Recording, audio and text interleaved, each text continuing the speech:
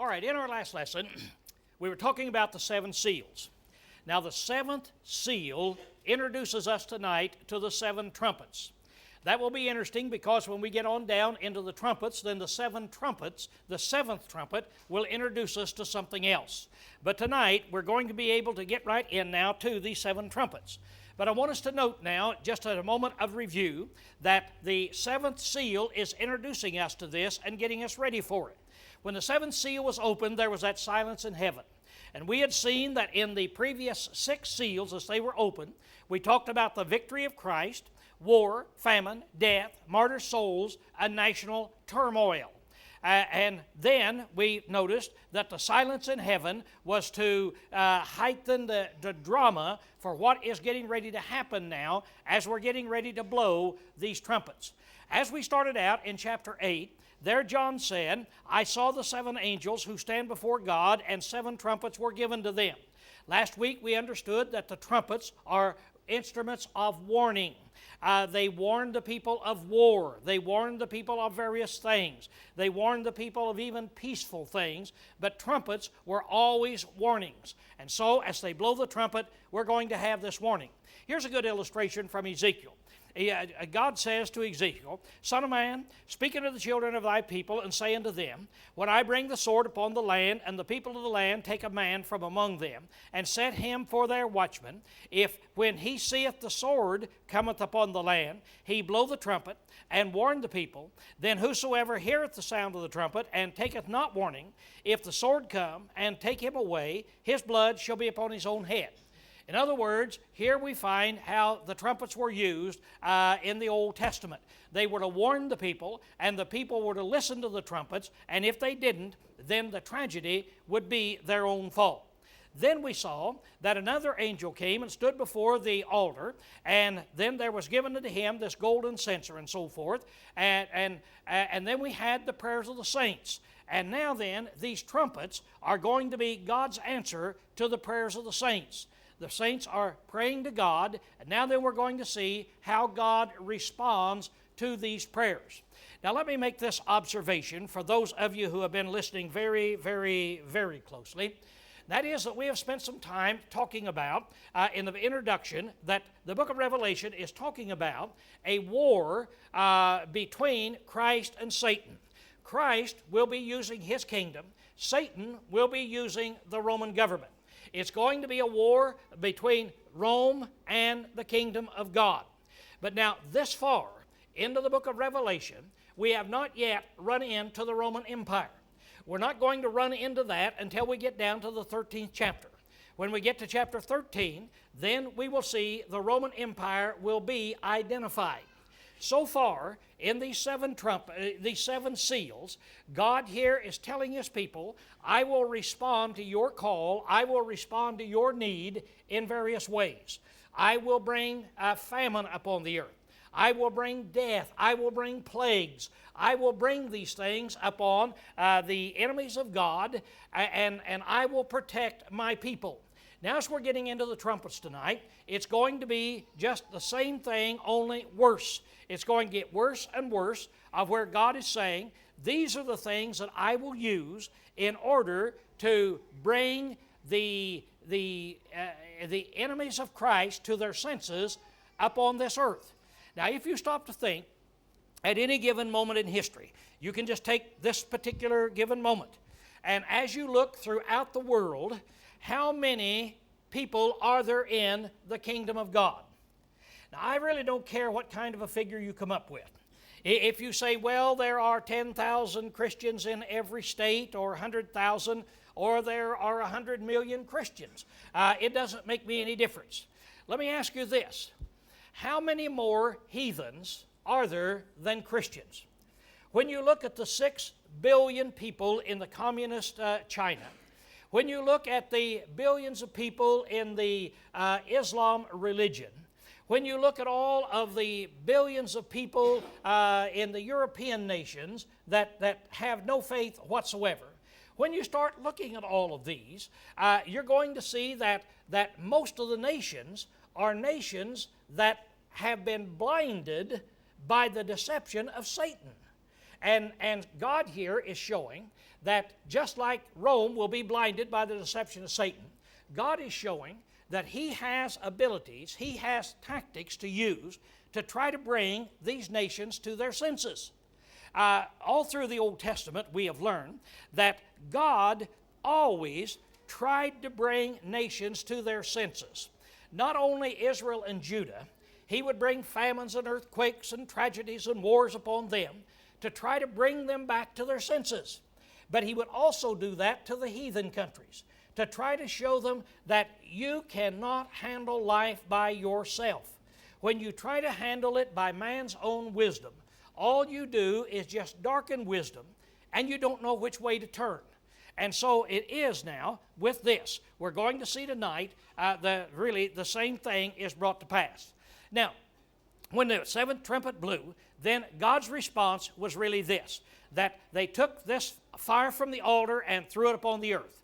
And then there was great thunder and sounds and flashes of lightning and earthquakes and all kind of judgments upon the earth. And God uses these things to judge the earth, to show the earth, to try to wake the earth up into listening to what He would have us to do.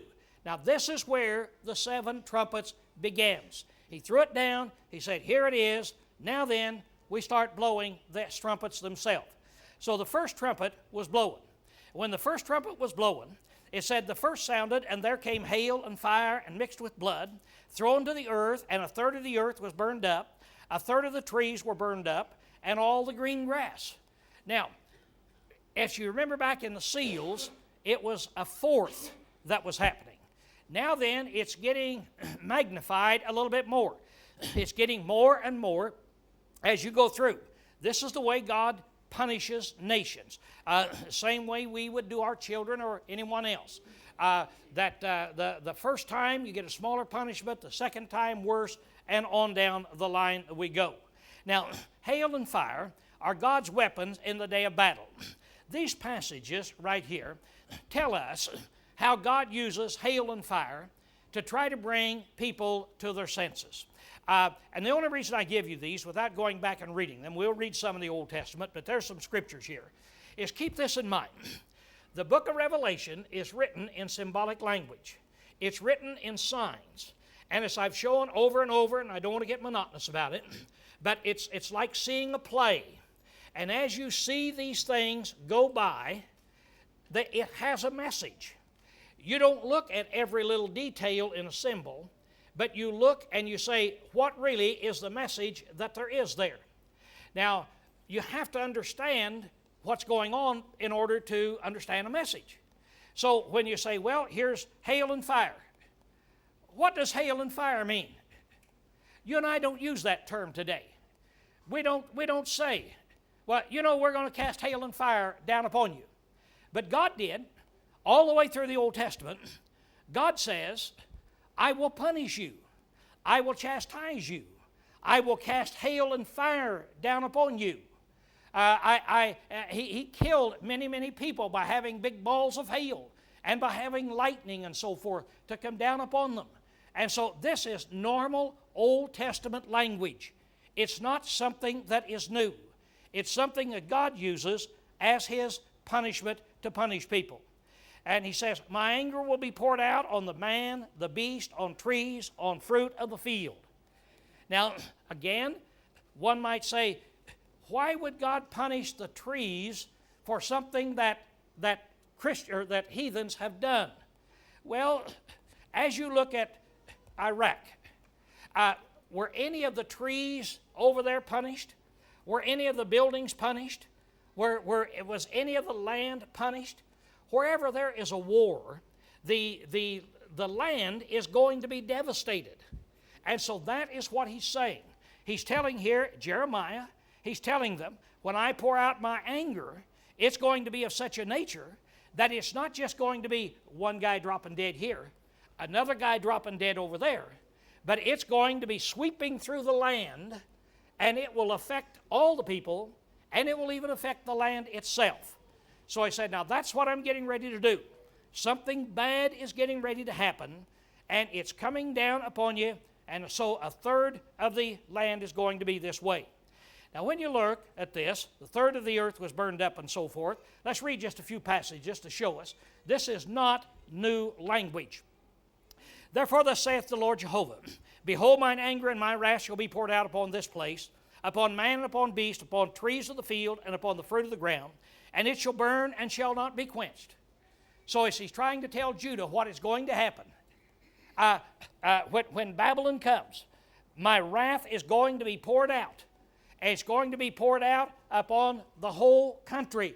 The physical land itself is going to be suffering in this.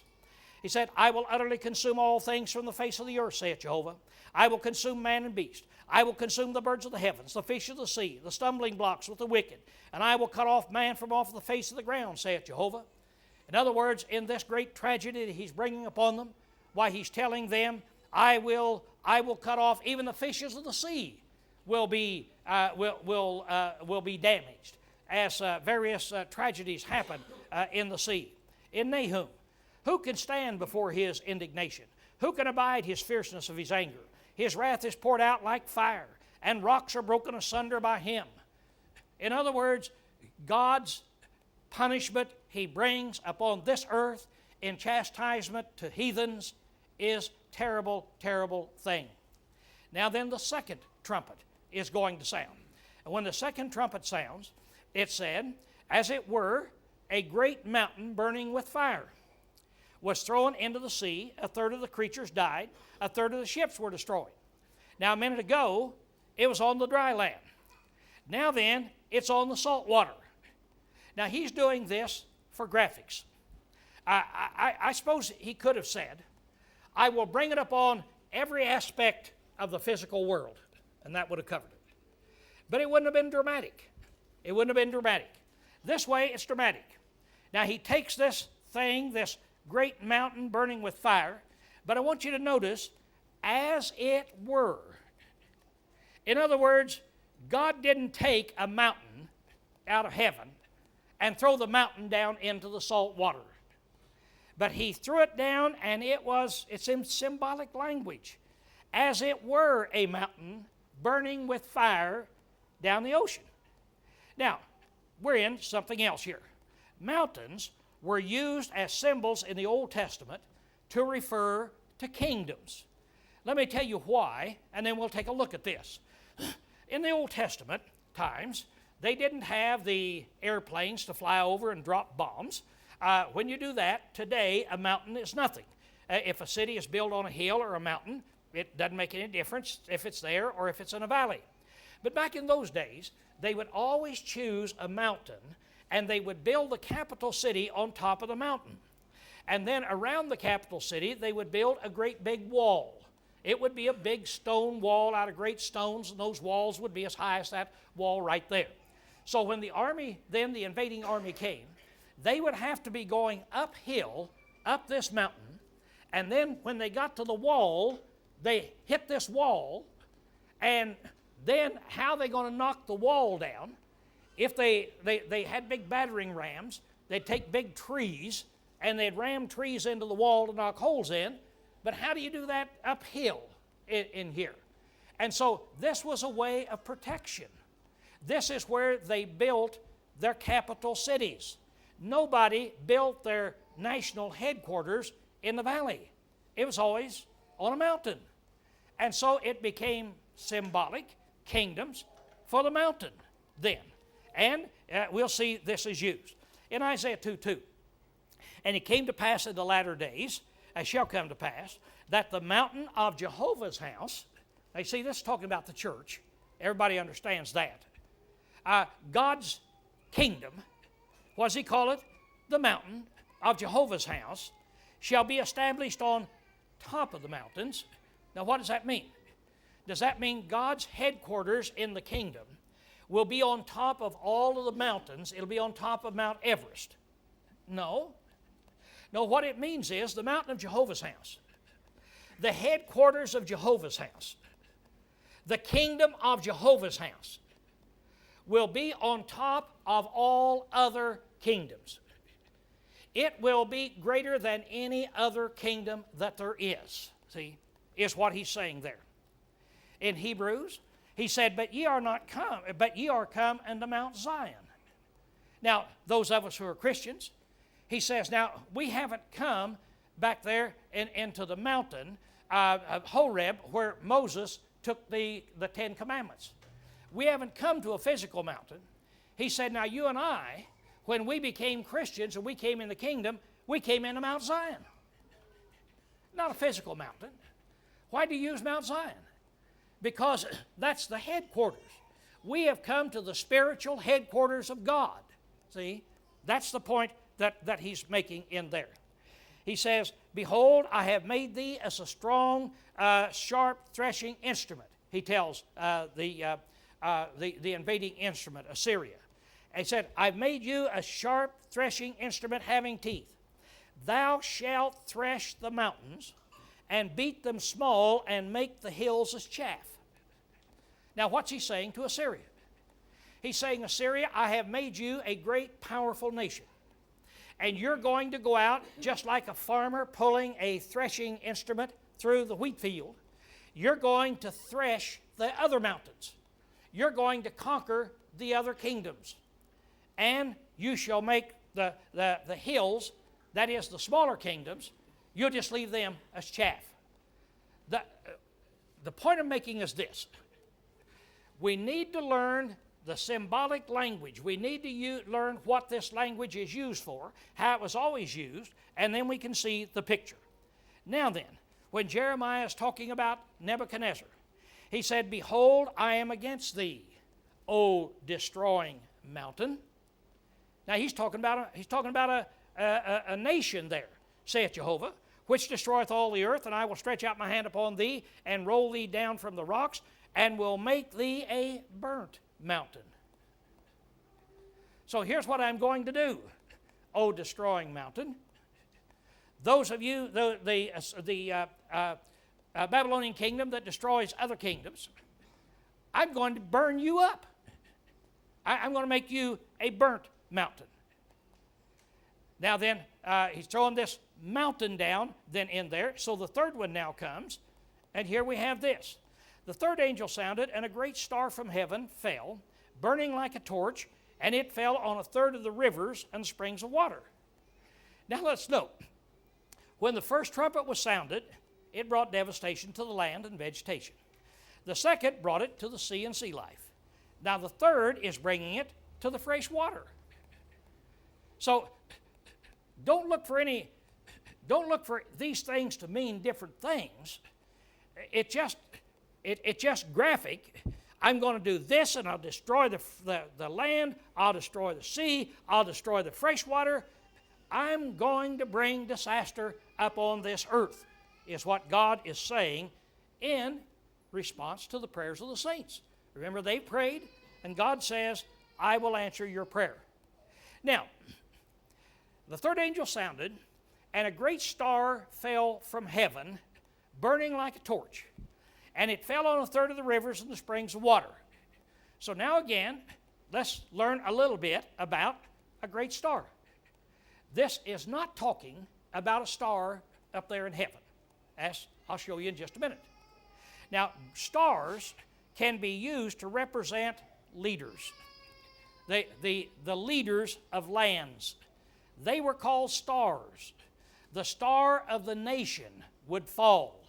The leader of the nation would fall. And so now, this great star is falling, and to give you an illustration, we see this. In Isaiah 14:12, this is talking about Nebuchadnezzar. Absolutely no doubt about it. It identifies him right on down through. And it says, how art thou fallen from heaven, O day star, son of the morning? How art thou cut down to the ground that didst lay low the nations? And that saidest in thy heart, I will ascend into heaven and exalt my throne. He's talking about Nebuchadnezzar. This guy that said, I will exalt myself into heaven, he said, O Nebuchadnezzar, how thou hast fallen out of heaven, O day star. Now I want you to look down at verse 16.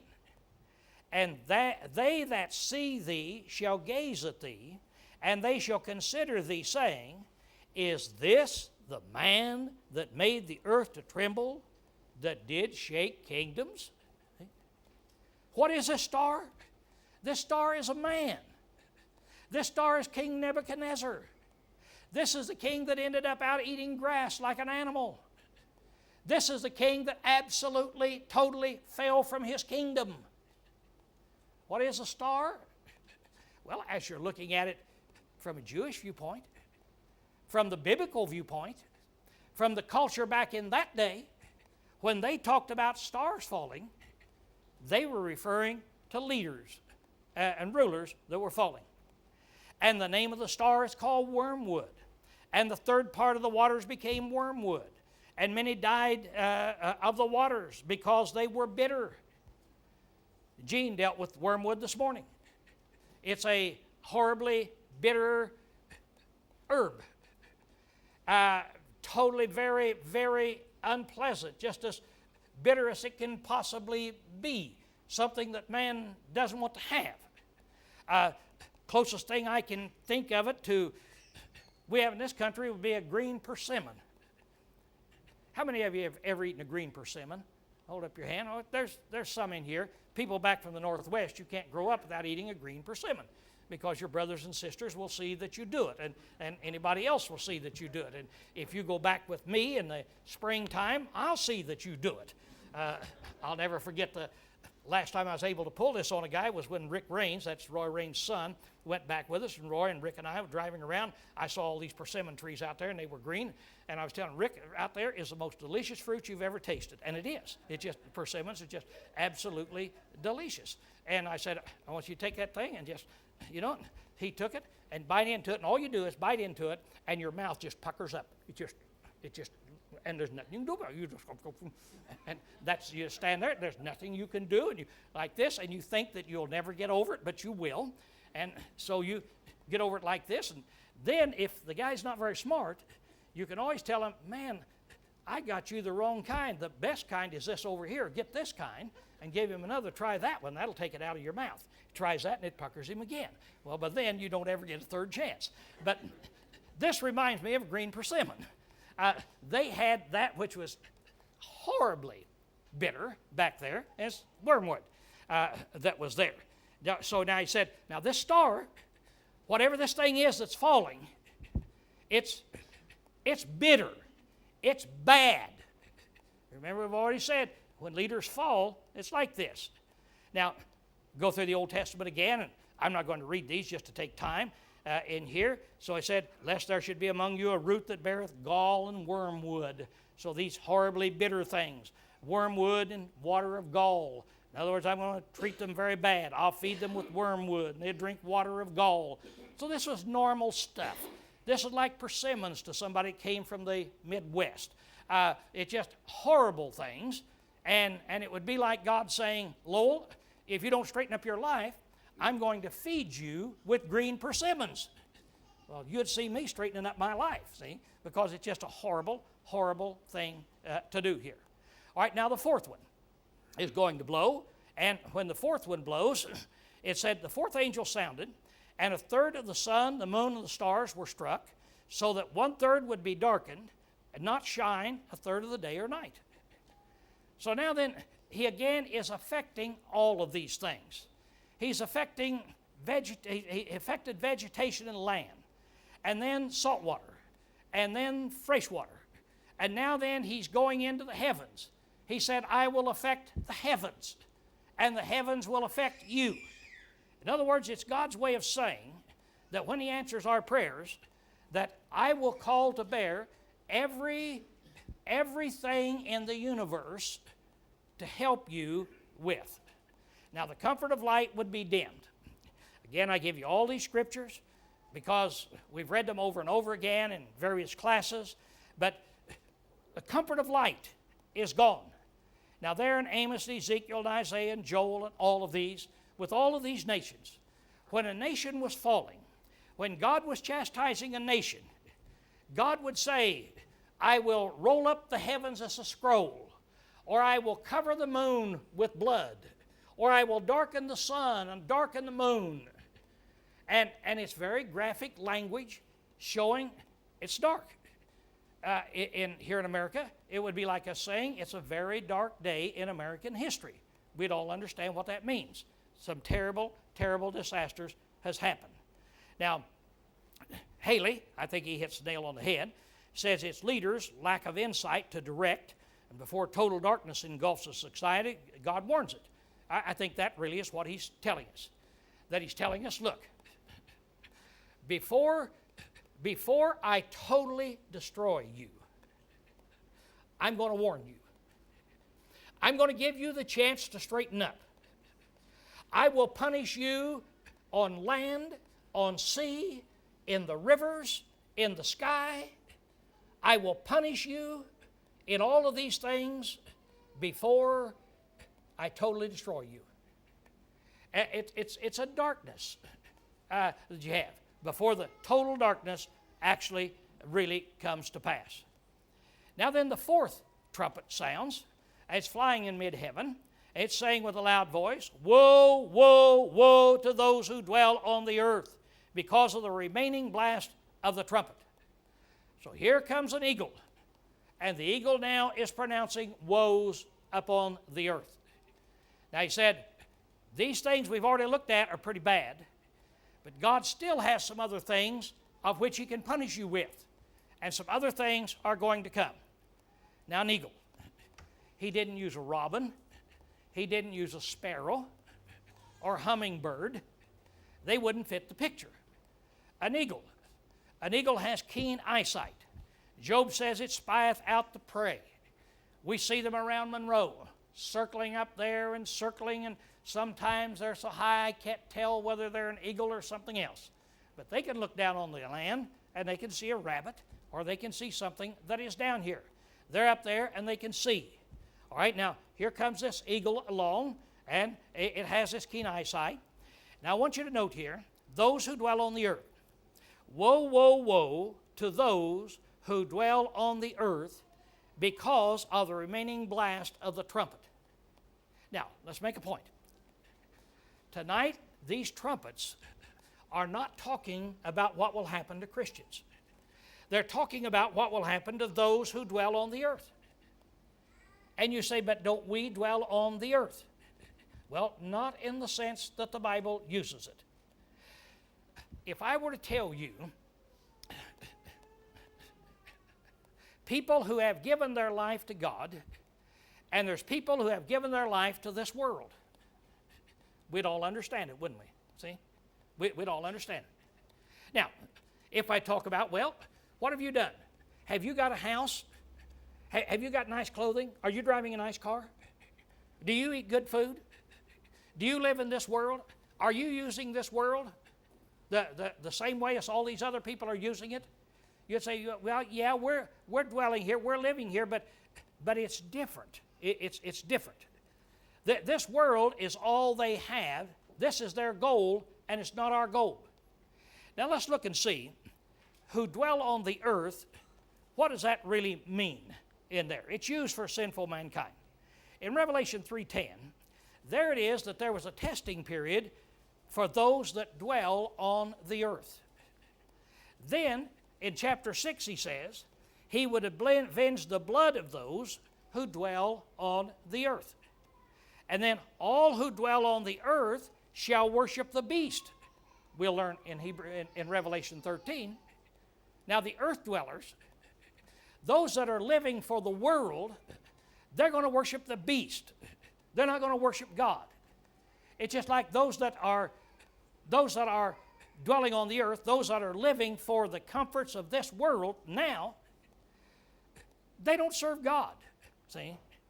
The beast deceives those that dwell on the earth. This servant of Satan in Revelation 13, he deceives those that dwell on the earth. So keep in mind, those that dwell on the earth, that's a terminology used for sinful mankind. The trumpets are God's answer to the prayers of the saints. Here's what I will do. Saints, remember that I understand. Now remember back in chapter 4, the door was opened in heaven. John was called up and he saw what happened in heaven. Now John is still there. And John is able to see what is happening. He's able to look at it from heaven's viewpoint. He's able to look at it from earth's viewpoint. And while he's up there, then he saw those people that already died. They were praying. He's able to look back down and see that 144,000. Remember the people sealed by God, the faithful children of God. They're down here. He's able to see what is going on. And the saints pray. And God says, okay, I'll show you what's happening. I'll give you the answer. And so he starts opening up those seals and opening them up. And in the seals, he shows that as he's punishing the earth, Christians will also be hurt. But here in the trumpets, he goes into this to show, I am punishing them, and he's not mentioning the Christians. I will bring this to bear upon those that dwell there. Talking about an eagle, Hosea said, set the trumpet to thy mouth as an eagle. Kind of gives us an idea why he used the bird. Habakkuk says, talking about the Babylonians, that their horsemen come from afar, and they fly as an eagle that hasteneth to devour. So an eagle is that bird of prey that is a bird of devouring, and now then he is a bird of warning. All right. Now when the first 4 trumpets are sounded, various parts of the physical world are affected. The land, the sea, the fresh water, and the heavens, they were affected. When the last 3 are sounded, the physical and spiritual lives of men are involved and affected. So that's what we're going to see. Now we go to chapter 9 and get into the 5th of these trumpets. When the 5th trumpet blows, we see an unusual thing that takes place. I'm going to stop right here and I'm going to read to you here so that we'll kind of get the context, then we'll try to put this together. The 5th angel sounded, and I saw a star from heaven fallen upon the earth. And there was given unto him the key of the pit of the abyss. And he opened the pit of the abyss, and there went up smoke out of the pit, as the smoke of a great furnace. And the sun and the air were darkened by reason of the smoke of the pit. And out of the smoke came forth locusts upon the earth, and the power was given unto them as scorpions of the earth have power. And it was said unto them that they should not hurt the grass of the earth, or any tree, but only such men as have not the seal of God on their foreheads. But notice this, we're talking about those that do not have the seal of God on their foreheads. And it was given to them that they should not kill them, but they should torment them 5 months. And their torment was as the torment of a scorpion when it striketh a man. And in those days men shall seek death, and shall in no wise find it. And they shall desire to die, and death shall flee from them. And the shapes of the locusts were like horses prepared for war, and upon their heads as it were crowns like unto gold, and the faces were as men's faces. And they had hair as the hair of women, and their teeth were as the teeth of lions. And they had breastplates, and as it were breastplates of iron, and the sound of their wings was the sound of chariots, of many horses rushing to war. And they have tails like unto scorpions, and stings, and in their tails is their power to hurt men 5 months. They have over them as king, the angel of the abyss. His name in Hebrew is Abaddon, and in Greek he hath the name of Apollyon. Now, you say, I understand that? Then there's something wrong with you, I think. We read that and we say, well, what does that mean? Well, that's what I want to try to break down. I want to try to look again, as we've looked. Are there secrets in here? Are there things in here that we can know to help us interpret this? Maybe I'll throw this other point out right here. Why was the book of Revelation written in symbolic language? I don't know, but I've got a pretty good idea. And it's an idea I think that almost everybody I know of, agrees with. Here it is, we have this big battle that is coming forth with the Roman government versus the kingdom of God. It's coming upon the kingdom. This is going to be the last big battle prophesied in the Old Testament. Is God right when God said his kingdom would destroy the Roman government? Or was he wrong? That's what we're going to learn. Now, God is telling the Christians, He said, now here's what's going to happen, and I'm going to tell you what's really going to happen. Now, what would have happened if God had written to John, quoted John, said, John, write this down and send it out to all the churches. The Caesars will set themselves forth as gods, but they are not gods. And the Christians will not bow their knee to these gods, so-claimed gods. And the Roman government is going to get so mad that it's going to turn and try to destroy Christians, and it will use everything at its disposal. But don't you worry, I'll destroy Rome. The Caesars will fall. You're going to conquer them. You just remember, you be thou faithful, and I'll see that the Caesars fall, you will conquer them, and Rome will fall. There's your message. The book goes out. Now, when the Caesars read that, what would they have done to the church? What would they have done? Why, they would have turned with all of their abilities upon the church. God is speaking in a language they don't understand. And He's speaking in a language the Christians could understand. How could that be? The way I'm talking about tonight. The Roman government, the Caesars, knew absolutely zero about the Old Testament Scriptures and the religion of God. Absolutely zero. When you take these things that I've been talking about, a star or a mountain or any of these things, the Roman government knew absolutely zero. But you and I, Christians, we know from the Old Testament Scriptures. Now keep in mind, over 400 times, God goes back into the Old Testament Scriptures and picks these things out and uses them as symbols to tell what is going to happen. See? And so it's symbolic language. It's like the people in China when they write back and they say, you know, we took 3 people to the river today, and 2 of them went swimming. Well, we know 3 Chinese went with these people down to the river, and 2 of them were baptized. But the Chinese government doesn't know that. Now, the Chinese government is looking at all the emails, and if they said 3 people went down the river and 2 of them were baptized and became Christians, pow! Ask Dave McCrane what would happen, see? So they then converse with us in language we can understand, but the Chinese government can't. Now then, there's a star that came down. This star that came down was a being, and we'll see it was Satan. It was an actual thinking, acting being. And we've already seen how a star would represent a ruler of some kind. Now, another thing that I want you to notice as you read this, it's plain in the Greek, much more so in English. John didn't see the star falling.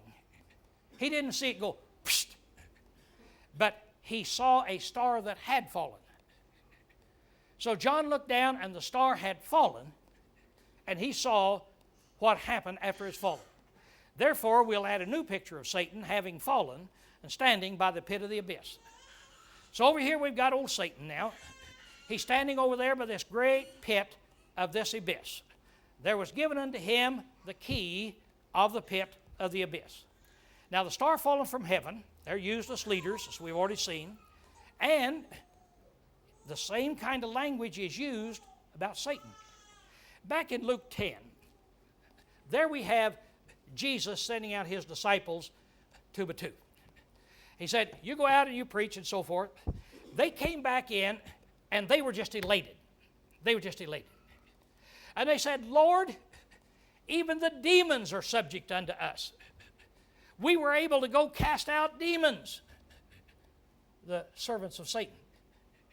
And the Lord looked at them and said, I saw Satan fallen as lightning from heaven. While you were doing that, you were knocking Satan down. While you were doing that, while you're taking while you are taking control of Satan's army, by taking control of these demons, Jesus said, I saw Satan fallen as lightning from heaven. Just pow. So now here, we're going to see, so you see, I don't think there'll be any doubt about it, as we look at all this. The fifth angel sounded, and there was a star from heaven fallen, given to him the key of the pit of the abyss. Now the key to the bottomless pit, it occurs 7 times, and it refers to the abode of demons where they can be released. We can read, we'll see in Revelation 7 and in 17. Now it was given to him. That's kind of interesting. Some power, a key. A key is the ability to open something, the ability to have power over something. Now this implies that Satan's power is restricted by God, and this was certainly the case done by Job. You remember the case of Job in the first chapter, of where Satan was going up and down, and God conversed with him and said, what have you been doing? And he said, I've been going up and down in here. And he said, well, have you considered my servant Job? And he said, well, I wouldn't consider him because you've protected him. And God said, well, I will let you do anything you want to him except take his life. In other words, I'm going to build parameters around there. And so this is what he's doing. He's giving Satan some power now. Well, as we look at this power, it said he opened the bottomless pit, and smoke went out of the pit like the smoke of a great furnace, and the sun and the air were darkened by the smoke of the pit. So when he opens up this pit, smoke comes out. What would you think? If I told you I found something out here, it's a great thing. It's a great big pit. It's a bottomless pit. As far down as you can see, it is a great big pit. I take the key and I open the door, and smoke just rolls out and blackens all the clouds. What would be your impression? See? Would you say I'd found a good pit or a bad pit? See? Okay, so this smoke rolls out now. Now, the smoke indicates an activity. It can either be good or bad. It's used 12 times in Revelation, twice good, 10 times bad, like here. But you know it's bad when it comes out of this bottomless pit, as we will see. Now, Haley says this, and I think he says it right. The light of truth which directs men's lives and guides them in the right way, giving peace to the soul, is darkened by the deception and delusions set loose by Satan. I think that really is what it's talking about. That as you take this thing, you see Satan was cast down upon this earth. He has the key to the bottomless pit. He opens it. And smoke just comes and darkens everything. Now, as we look in the world today, you look at any situation, you look in the world today, what do you think? What do you think about it? Has mankind brought this world to a great, wonderful place where everybody is happy? Or have we been darkened by the influence of Satan? Has Satan taken control of governments? Has Satan taken control of churches? Has he taken control? Has Satan sent this confused smoke out? I really think that's what he's talking about. The Bible uses this to a great extent. In whom the God of this world hath blinded the minds of the unbelieving, that the light of the gospel of the glory of Christ, who is the image of God, should not dawn upon them. What does Satan do? He blinds our eyes. Jesus said, I am come a light unto the world, that whosoever believeth on me may not abide in darkness. Where are you when you're in Satan? You're in darkness. But Paul said that he was sent out to open their eyes, that they may turn from darkness to light, from the power of Satan unto God. Where is it when you're under the power of Satan? You're under darkness. And so the Lord is just showing us in these situations, here Satan has darkened the world.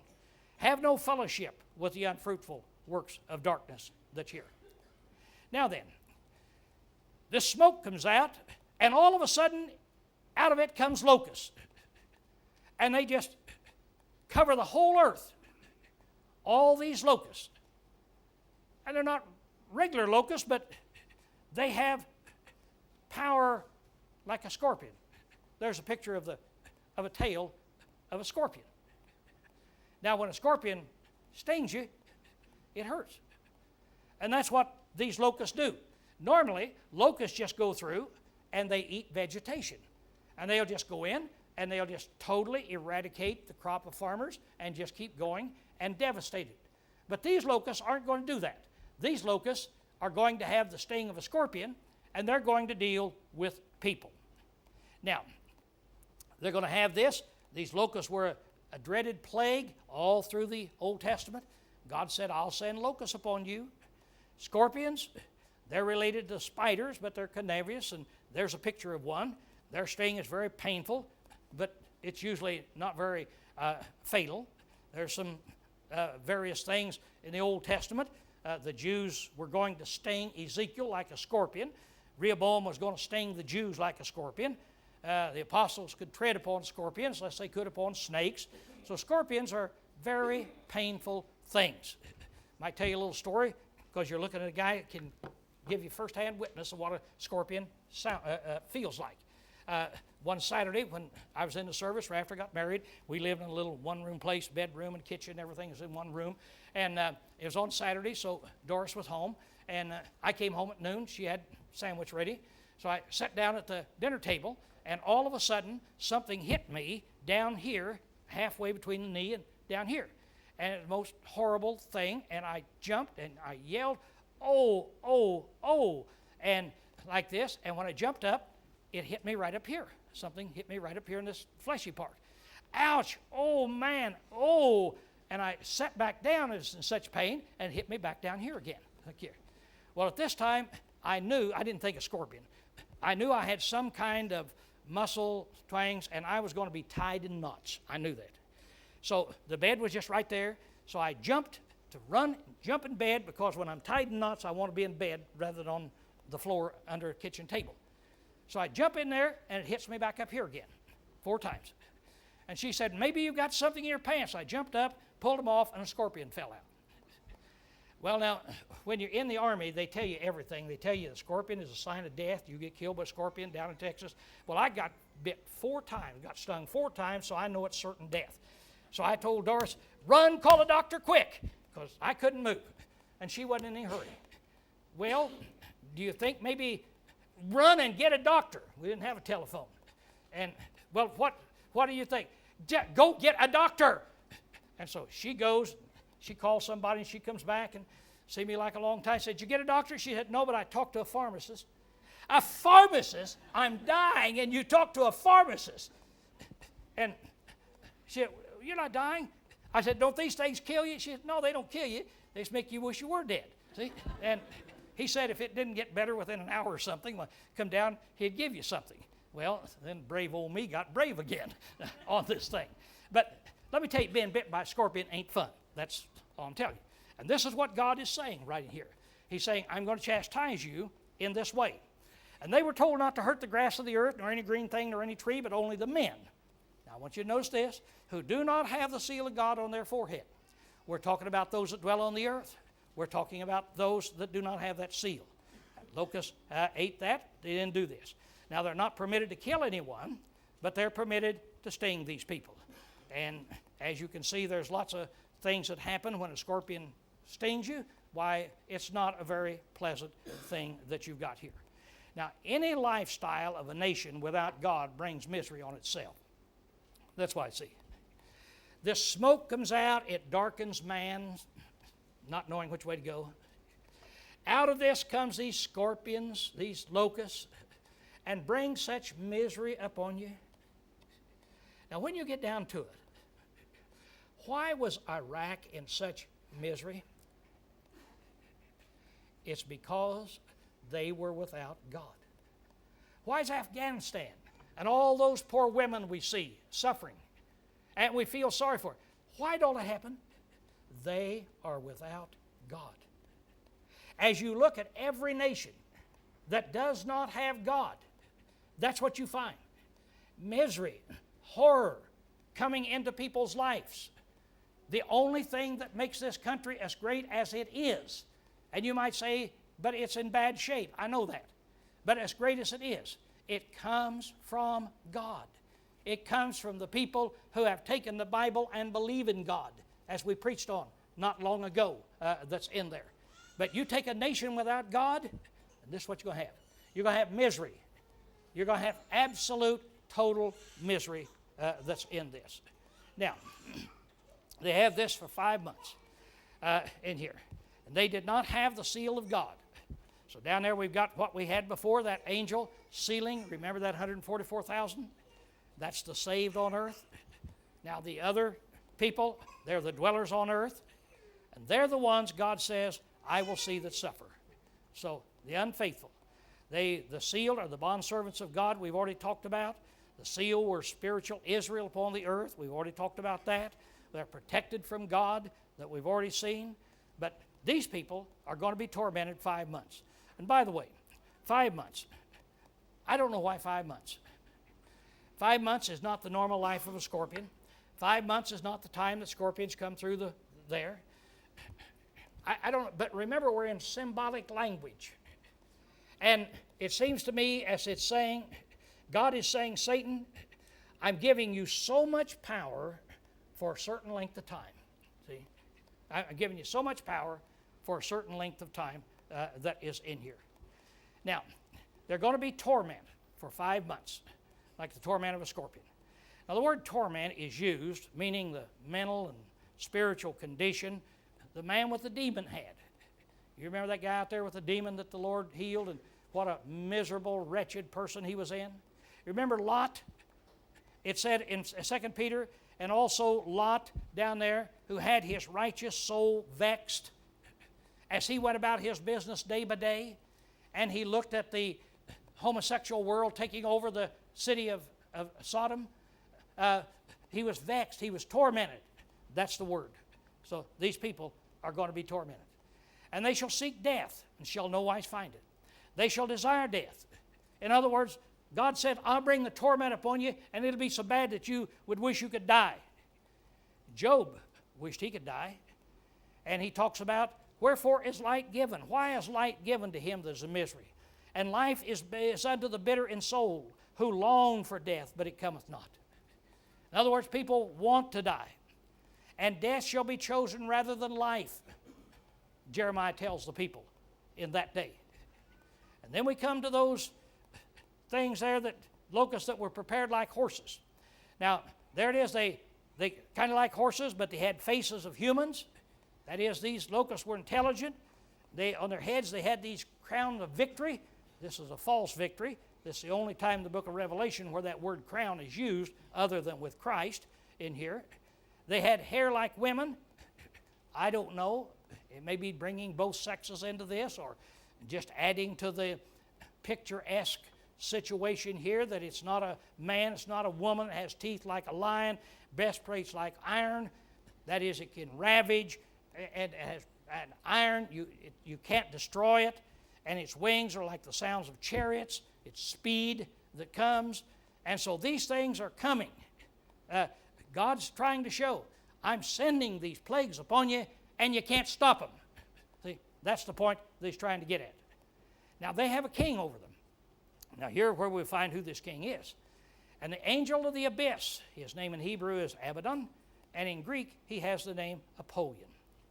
Now, an abyss is just an unfathomable deep abode, really, of where the devils are, that's in here. The Abaddon is a Hebrew word. The Apollyon is a Greek word, and they both mean destruction. His name is really destruction. Now, what are these locusts? I'm throwing this in. I generally don't do this, but kind of give us an idea. Some say they're the barbarians in 476. Others, the Muslims in 612. Some of them say they're those people in 830. Lindsay says they're the mutant, demon, locust, possibly cobra helicopters. Ogden says it's rebellious, zealot Jews dressed as women. When you try to get into details in these things, these guys, they say it's the sinful hearts of men, of which I think it is. That you got this sinful hearts that's all darkened in here. All right, now then we're down to the sixth angel that's going to make a difference here. The sixth angel sounded, and I heard from the voice the four horns of the golden altar, which is before God. Now, remember this horns of the altar? There's where the prayers of the saints went up that we've already talked about. And what does it say here?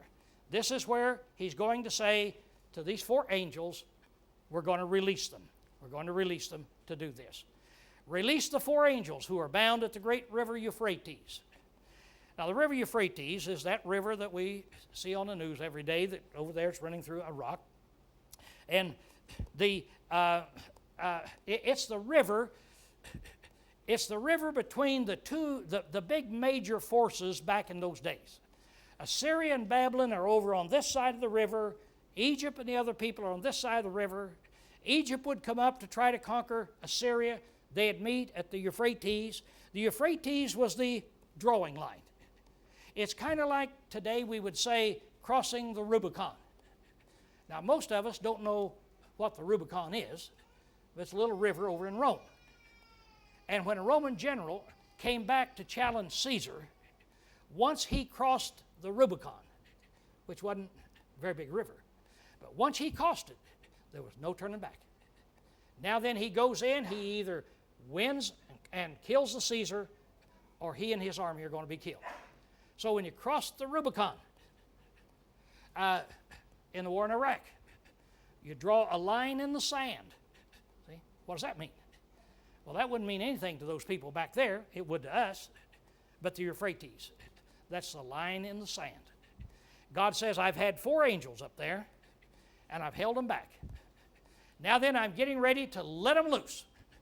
And they're going to let these horrible, wretched armies and things come in here. The 4 angels who had been prepared for the hour, the day, the month, and the year. Now, God has a timetable. We've seen that in sending His Son. At Canaan, Jesus said, my hour has not yet come. He told His brothers, my time is not yet. His hour had not yet come. To the Father, He prays, I came to this hour. And then at the Passover, knowing His hour had come.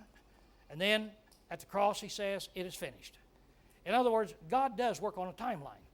You remember He told the disciples, it's not for you to know the times or the seasons as God placed in His own authority. So God knows the times in here. So now God says, we're going to release them and let them go. And He released them, and there were 200 million of these soldiers came out, of these horsemen. And here we begin to find God's protection. We see this, the horsemen released in the Old Testament back in Elijah's day as far as protection is concerned. This is in response to the prayer of the saints. 200 million mounted soldiers. I think it's interesting. Somers estimates that in a regular formation, this number of men would make a column 1 mile wide and 85 miles long. So God said, I'm sending this army upon you. Now get ready for this army. This ain't no normal army. This is an army that's getting ready to come to destroy the people that dwell upon this earth. These horsemen right in here, the horse had a lion's head, a serpent's tail, and a breath of fire. So as they come in, this thing is a warring machine. It can eat you up, burn you up. You get back of it. It can bite you, kill you. This is the army that He's sending out. So here it is, 200 million of these that He's sending out. He's going to kill them. Well, here's military conquest. Who's He talking about? Well, this is interesting again. It kind of shows you why I don't get involved in some of the details, because it kind of shows how silly they are. J.T. Hines, who was a Christian 100-some years ago, he applied it to the Muslim conquest of the Eastern Roman Empire. Lindsay applies it to the Red Chinese conquest that is coming soon. He said this prophecy here is about to take place. Larry, who says it's the Romans, he thinks it's the Jews and the siege of Jerusalem. I think this is what it's talking about, this guy McGuigan. God will devour the adversary, and He will use an army of unbelievable might. There's no power that God doesn't really have. So what's the conclusion? God has done all He can do to convict the wicked and repent from idolatry and turn to Him. That's what He tells us that He's going to do. He said down here, then, and the rest of mankind who were not killed with these plagues repented not of the works of their hands, that they should not worship demons and the idols of gold and silver and brass and of stone and of wood, which can neither see nor hear nor walk. And they repented not of their murders, nor of their sorceries, nor of their fornication, nor of their thefts. And so then we find that the conclusion of the whole thing will be, the rest of the people didn't repent. They didn't turn.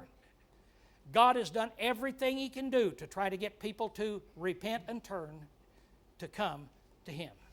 But they will not do it. Now the seventh angel won't sound his trumpet until chapter 11 and in verse 14.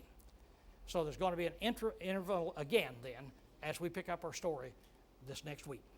Should you be here tonight and you realize that you need to make your life right with God, would you respond while we stand, while we sing the first stanza of this song?